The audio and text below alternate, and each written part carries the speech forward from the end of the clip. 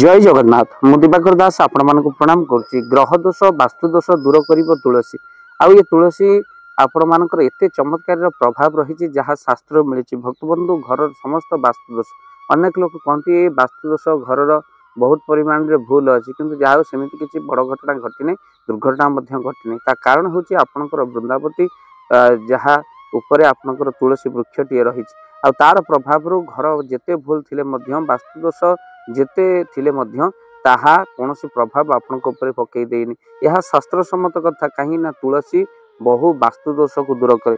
भक्तबंधु खाली से जदि भूल रे जदि घर वास्तुर त्रुटि रही था आप तुलसी वृक्षटीए लगेले तुलसी वृक्षटीए कुड़ुआरे अगणार थईदे तार प्रभाव घर अनेक समस्या दूर होते। जो घरे तुलसी भलरे बढ़ती जानतु से घरे कौन समस्या नहीं। आ बारंबार जदि तुलसी वृक्ष नारायण हो जाती जानतु से घरे कौन प्रेतात्मार प्रभाव रही प्रेतर छाया रोचे। तो बारंबार बारंबार जदि आपणकर घरे कौन ना तुलसी नारायण बा तुलसी मरी जाउछंती भक्तबंधु कीर्तन आपण घरे निहाती भाव में करंतु जार प्रभाव तुलसी वृक्ष उपरे पड़त। कौन एक पूर्णमी दिन आपण तुलसी वृक्ष लगातु जहाँ आपण को वैकुंठपुर पहुँचाए तुलसी कृपा। मूले तोर ब्रह्मा डाले तोर विष्णु पति देवता बास तो पत्र पढ़िले मणई हुई कहे गोलक दास। भक्तबंधु मूल जहाँ ब्रह्मा डाल विष्णु पत्र देवता मानकर बास रही सी होती माँ तुलसी। तो से तुलसी वृक्ष जल प्रदान कले आपण देवता माने तृप्त हूँ। आई तुलसी वृक्षर प्रभाव रे घर नाना समस्या नकारात्मक शक्ति दूर होता है।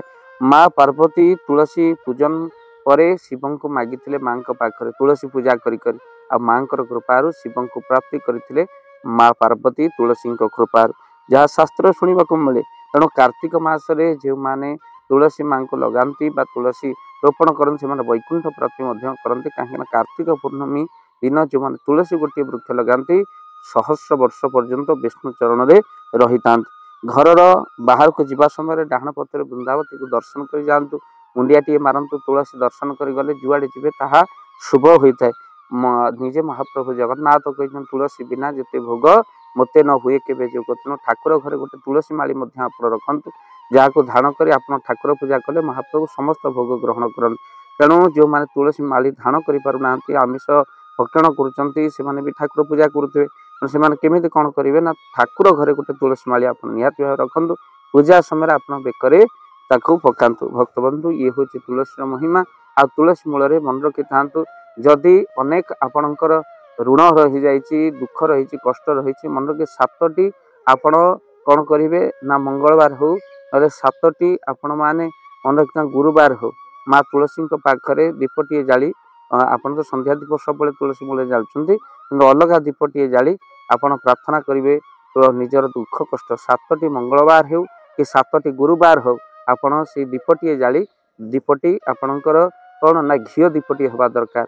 आपण देशी घीर दीपटीए जाली मनर कथा माँ तुलसी माँ को कहतु निज समस्या कहतु देखिए मात्र सातटी मंगलवार सातटी गुरुवार आपड़ कर अनेक समस्या समाधान हो। अनेक लोक आमको फोन कॉल माध्यम कथा जनई जहाँ को आम प्रतिकार स्वरूप कही। भक्तबंधु निश्चिंत भाव में ये वीडियो को शेयर करेंगे आ चैनल जदि नुआ चैनल को सब्सक्राइब कर दिंतु भाव दिवाकर चैनल आपण मान चैनल। तो निश्चिंत भाव में आपण मैंने सातटी मंगलवार सातटी गुरुवार किसी करने को पड़ोनी घी दीपटीए दे आपण मनर कथा माँ तुलसी कहे देखिए पूर्ण ही पूर्ण है। जय जगन्नाथ जय पंचेश्वर जय जगन्नाथ। धन अर्जन धर्म करी धर्मे प्राप्त नरहरि। जदि आपण मान धन कौन गरीब असहाय रोगी मान सेवारे लगी पारा जानतु आपणकर रोजगार सार्थक हो गला आपणकर धनर मध्य बहुत महत्व रहिला।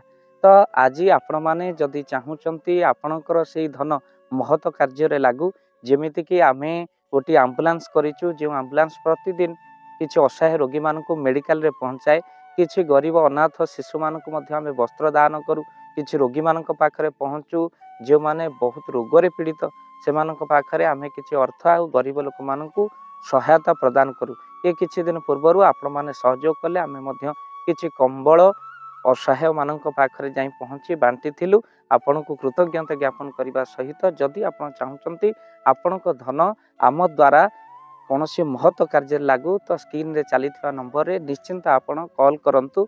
आउ आपण विवाह वार्षिक ଆପଣଙ୍କ ପିଲାମାନଙ୍କ ଜନ୍ମରେ ଶ୍ରାଦ୍ଧରେ ଯଦି ଆପଣ ଦାନ କରିବାକୁ ଚାହୁଁଛନ୍ତି ଆପଣଙ୍କ ପୁଅ ନାମରେ ଝିଅ ନାମରେ ସ୍ତ୍ରୀ ନାମରେ ନିଶ୍ଚିନ୍ତ ଭାବରେ ଆପଣ ଦାନ କରିପାରିବେ। ସ୍କ୍ରିନରେ ଚାଲିଥିବା ନମ୍ବରରେ ଆପଣ କଲ୍ କରନ୍ତୁ, ଆମେ ଦେବୁ ଆପଣଙ୍କୁ ଫୋନ୍ପେ ନମ୍ବର, ଯେଉଁ ଫୋନ୍ପେ ନମ୍ବରରେ ଆପଣଙ୍କର ଦାନ ପହଞ୍ଚି ପାରିବ। ଆଉ ନିଶ୍ଚିନ୍ତ ଭାବରେ ଆପଣଙ୍କର ଦାନ କେଉଁ କାର୍ଯ୍ୟରେ ଲାଗୁଛି ତାର ମଧ୍ୟ ଭିଡ଼ିଓ କରି ଭାବ ଦିବାକର ଚ୍ୟାନେଲରେ ଆମେ ନିଶ୍ଚିନ୍ତ ଭାବରେ ପକାଇବୁ। ଆପଣ ଦେଖି ନିଶ୍ଚିନ୍ତ ଖୁସି ହେବେ। ତ ଆପଣଙ୍କ ପୁଅ ଝିଅ ବିବାହ ବାର୍ଷିକ ଜନ୍ମଦିନରେ ଯଦି ଆପଣ ଚାହୁଁଛନ୍ତି ଆପଣଙ୍କର ଦାନ ମହତ କାର୍ଯ୍ୟରେ ଲାଗୁ, ତ ସେଇ ଶୁଭ ଦିନ ମାନଙ୍କରେ ଆପଣ କଲ୍ କରି ଆମକୁ ଫୋନ୍ପେ ନମ୍ବର ମାଗିପାରିବେ। ଆଉ ଆମ୍ଭେମାନେ ଆପଣଙ୍କୁ ଫୋନ୍ପେ ନମ୍ବର ଦେବୁ, ଯେଉଁ ନମ୍ବରରେ ଆପଣ ସହଯୋଗ ରାଶି ପଠାଇ ପାରିବେ। ନିଶ୍ଚିନ୍ତ ଭାବରେ ଆପଣଙ୍କର ଧନର ସାର୍ଥକତା ହେବ।